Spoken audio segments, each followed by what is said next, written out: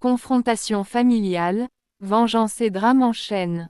Dans un lieu clos et tendu, un homme demanda avec agressivité ce que l'autre faisait là, affirmant être venu mettre un terme à une vengeance mesquine et reprochant à son interlocutrice de se croire autorisée à le juger ou à le provoquer.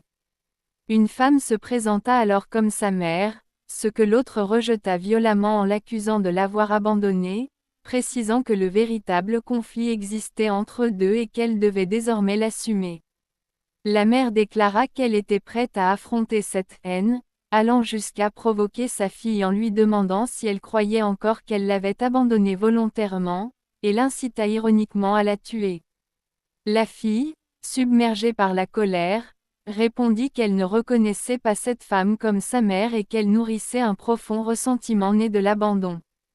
La situation dégénéra lorsque des cris de panique retentirent autour d'eux à cause d'une fumée envahissante qui irritait les yeux et les poumons. Plusieurs personnes, prises au piège dans la pièce, appelèrent à l'aide, demandèrent l'ouverture des fenêtres, affirmèrent qu'ils étaient enfermés et qu'on cherchait à les tuer, et supplièrent Salomon d'intervenir pendant que la peur gagnait tout le monde. Après cet épisode chaotique, un homme s'enquit de l'état d'une femme qui affirma aller bien tout en ressentant une pression étrange et oppressante. Dans un autre espace plus calme, un adulte accueillit tendrement une enfant, la rassura, l'embrassa et s'informa de son état. L'enfant confia alors que son oncle Umberto lui manquait profondément, qu'elle ne comprenait pas sa mort et qu'elle aurait souhaité qu'il reste auprès d'eux. L'adulte expliqua avec douceur que la perte d'un être cher demandait du temps pour être acceptée, qu'il fallait conserver les souvenirs dans le cœur et ajouta qu'un autre oncle veillait toujours sur elle avec affection. Il annonça ensuite l'arrivée prochaine d'un spécialiste pour aider la famille à surmonter ce traumatisme, précisant qu'il s'agissait d'un psychiatre recommandé pour accompagner les enfants dans leur processus de guérison. Peu après, le médecin fut introduit, se présenta poliment comme le docteur Ignace Savon et salua chaque membre de la famille. Il expliqua être venu parler avec l'enfant, pendant que les adultes l'encourageaient à ne pas avoir peur, en soulignant qu'il était là pour les aider. Parallèlement, la confrontation entre la mère et la fille reprit ailleurs, la fille accusa sa mère d'avoir provoqué sa souffrance et la mort de sa propre enfant, tandis que la mère tenta de garder son sang-froid, l'invita à s'asseoir et la mit en garde contre les risques de son agitation extrême, tout en laissant transparaître une cruauté assumée. Les insultes fusèrent, chacune rappelant les fautes de l'autre, l'abandon, la folie supposée, les menaces passées et la suspicion d'un enregistrement caché destiné à la piéger. La fille raconta alors en détail les années de misère passées à l'orphelinat et dans la rue, la trahison de parents adoptifs, la violence subie, les crimes commis pour survivre et pour exister, affirmant avoir consacré sa vie à rechercher sa mère sans jamais trouver autre chose que des ruines et de la cendre. La mère évoqua la possibilité de l'interner, ce que la fille refusa catégoriquement, accusant sa mère d'avoir toujours su où elle se trouvait et d'avoir choisi l'orgueil et la soumission à un homme plutôt que son rôle de mère. La discussion culmina lorsque la fille affirma ne pas vouloir tuer immédiatement sa mère, préférant la voir souffrir lentement, jusqu'au jour où elle déciderait de lui ôter la vie. Dans un autre endroit, plusieurs personnes tentèrent désespérément de s'échapper d'une pièce verrouillée, incapables de respirer correctement, frappant en vain sur des fenêtres scellées, cherchant des outils, paniquant face à l'étouffement imminent. L'un d'eux s'effondra presque, tandis que les autres tentaient de l'aider, de le maintenir conscient et de forcer une sortie. La tension était extrême, chacun craignant de mourir asphyxié. De retour dans la maison, le médecin échangea calmement avec les adultes, répondit à leurs questions sur son expérience avec les enfants et les adolescents, évoqua son parcours international, ses conférences, l'influence de sa mère psychologue et ses méthodes inspirées de grandes théories du développement. Les membres de la famille confirmèrent avoir vérifié ses antécédents et reconnurent l'ampleur des problèmes familiaux à résoudre. Le docteur se montra ouvert, proposa aussi son aide aux adultes, tandis que Kenzo avoua avoir du mal à réaliser tout ce qui s'était produit. Il fut décidé de laisser le médecin travailler dans un cadre plus intime, l'atmosphère de la maison étant jugée apaisante, et l'enfant fut accompagné avec douceur vers la séance. Plus tard, des doutes furent exprimés sur le comportement étrange du médecin, pendant qu'une femme se sentit soudainement mal, pâle et nauséeuse. Elle fut invitée à s'asseoir et à respirer profondément pendant qu'on allait chercher un médicament. Une prière silencieuse fut murmurée pour demander protection.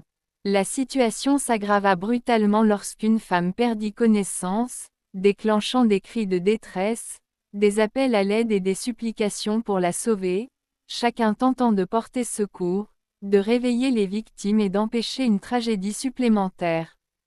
Enfin, Kenzo fut interrogé sur son état inquiétant. Malgré les propositions de l'emmener à l'hôpital, il minimisa son malaise, attribuant son trouble à la mort d'Umberto et à ses inquiétudes pour sa famille, en particulier Philippa. Un échange tendu s'ensuivit, l'un rappelant que Philippa devait assumer les conséquences de ses actes illégaux, tandis que l'autre dénonçait un excès de morale et exprimait la peur qu'elle meure en prison. La discussion se conclut sur un constat amer: malgré la compassion, la loi devait suivre son cours et les crimes ne pouvaient rester sans sanction. Dans un échange tendu au sein de la famille, Esteban expliqua à Kenzo que la loi l'obligeait à se poser de sérieuses questions concernant son fils, en affirmant soupçonner que Philippa avait exploité la notoriété de celui-ci pour blanchir de l'argent, et en demandant s'il était réellement certain que le jeune homme n'était impliqué d'aucune manière.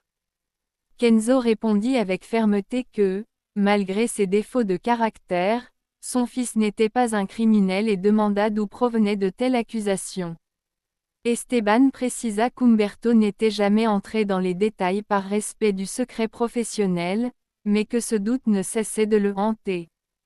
Kenzo s'excusa alors, avouant paniquer à l'idée de voir sa famille s'effondrer et se reprochant d'en être responsable, ce qu'Esteban tenta de réfuter en l'encourageant à rester concentré sur la protection et le soutien des siens, rappelant que c'était l'essentiel à faire.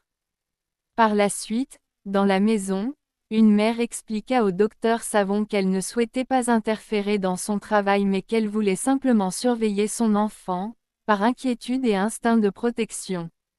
Le médecin répondit avec calme qu'à sa place il agirait de la même façon, soulignant la dangerosité du monde, puis ajouta avec ironie qu'il devait posséder une part de folie pour comprendre celle de ses patients. L'enfant lui demanda alors s'il pouvait la guérir, et il lui répondit avec douceur qu'il connaissait bien la douleur et qu'il l'aiderait à s'en libérer. La mère s'inquiéta immédiatement à l'idée d'un traitement médicamenteux, ce à quoi le médecin répondit qu'aucune prescription ne serait faite sans diagnostic sérieux, jugeant irresponsable toute décision précipitée. Le docteur s'installa ensuite à hauteur de l'enfant afin de favoriser la communication et lui demanda ce qu'elle attendait de lui. L'enfant confia vouloir cesser d'être triste, voir sa mère adoptive sourire et rendre toute sa famille heureux, exprimant ainsi un désir profond de paix et de stabilité. Pendant ce temps, ailleurs, une situation de panique éclata lorsqu'une personne s'effondra, plusieurs proches crièrent pour qu'on lui prodigue un bouche-à-bouche, tentèrent de la ranimer avec maladresse mais détermination, l'encouragèrent à respirer et, après de longues secondes d'angoisse, constatèrent avec soulagement qu'elle reprenait enfin son souffle. Dans un autre face-à-face violent, une femme menaça explicitement une autre en affirmant que, si personne ne la tuait, elle s'en chargerait elle-même. Elle se vanta de savoir manier une arme et rappela, avec un détachement glaçant, son premier meurtre, expliquant qu'enfant elle avait été violée, qu'un homme avait tenté de tuer Moreau et qu'elle l'avait exécuté, restant marquée par l'extinction de la lumière dans ses yeux au moment de sa mort. Elle reprocha ensuite à sa mère sa faiblesse, son incapacité à aller jusqu'au bout, et expliqua qu'elle n'était qu'un être vide, déterminé à laisser derrière lui la même destruction. Elle évoqua même l'idée de l'accuser de meurtre pour le simple plaisir de la voir emprisonnée, avant d'admettre qu'elle préférait la garder en vie afin de prolonger sa souffrance. La mère répondit qu'elle paierait pour ses crimes, affirmant qu'elle conservait malgré tout un cœur. Au cours d'une séance thérapeutique, l'enfant déclara que ce qui l'effrayait le plus était la méchanceté de sa mère biologique, avouant ressentir à la fois peur et tristesse, car elle percevait aussi sa souffrance. Le médecin expliqua alors que la violence trouvait souvent son origine dans des traumatismes, tout en rappelant que chacun réagissait différemment à la douleur. Il enseigna à l'enfant un exercice de pause mentale, comparable à un jeu de statues, afin qu'elle puisse analyser ses pensées et se protéger par des images positives. Guidée par sa voix, elle ferma les yeux, décrivit l'odeur du parfum du médecin et l'amour maternel qu'elle ressentait, et fut rassurée en apprenant qu'elle pourrait utiliser cet exercice chaque fois que la peur reviendrait. En parallèle, des complices s'agacèrent de constater que leur plan avait échoué, comprenant que les victimes étaient toujours en vie et critiquant l'inefficacité d'une tentative d'empoisonnement au gars, jugée trop douce et mal exécutée. L'un d'eux expliqua qu'il avait voulu éviter la souffrance et faciliter une mise en scène de suicide, tandis que l'autre affirma vouloir désormais agir à sa manière. De retour au cadre médical, le docteur Savon informa les parents que leur fille présentait d'importantes séquelles traumatiques dues à des souffrances intenses concentrées sur une courte période. Il recommanda de ne pas recourir immédiatement aux médicaments, estimant que son sommeil était correct, et proposa de poursuivre une thérapie cognitivo-comportementale, précisant la nature de cette méthode et assurant maîtriser son approche. Rassurée par le bien-être apparent de sa fille durant la séance, la mère accepta la poursuite du suivi, convaincue que le traitement pourrait transformer positivement l'enfant. Enfin, sur le plan légal et familial, Esther annonça à Kenzo que la procédure de libération conditionnelle de Philippa avançait, sous réserve du paiement d'une caution. Kenzo la remercia avec émotion, la considérant comme un membre à part entière de sa famille. La conversation dériva ensuite vers Rinebra, évoquée comme une femme extrêmement rusée, difficile à neutraliser. Des instructions macabres furent données concernant un corps à faire disparaître et un mensonge à raconter à un ami, incluant l'idée insupportable de lui annoncer la mort de ses enfants. Peu après, un appel d'un numéro inconnu alerta Kenzo d'une attaque, l'informant que ses neveux avaient été pris pour cible, confirmant que quelqu'un avait bel et bien tenté de les tuer.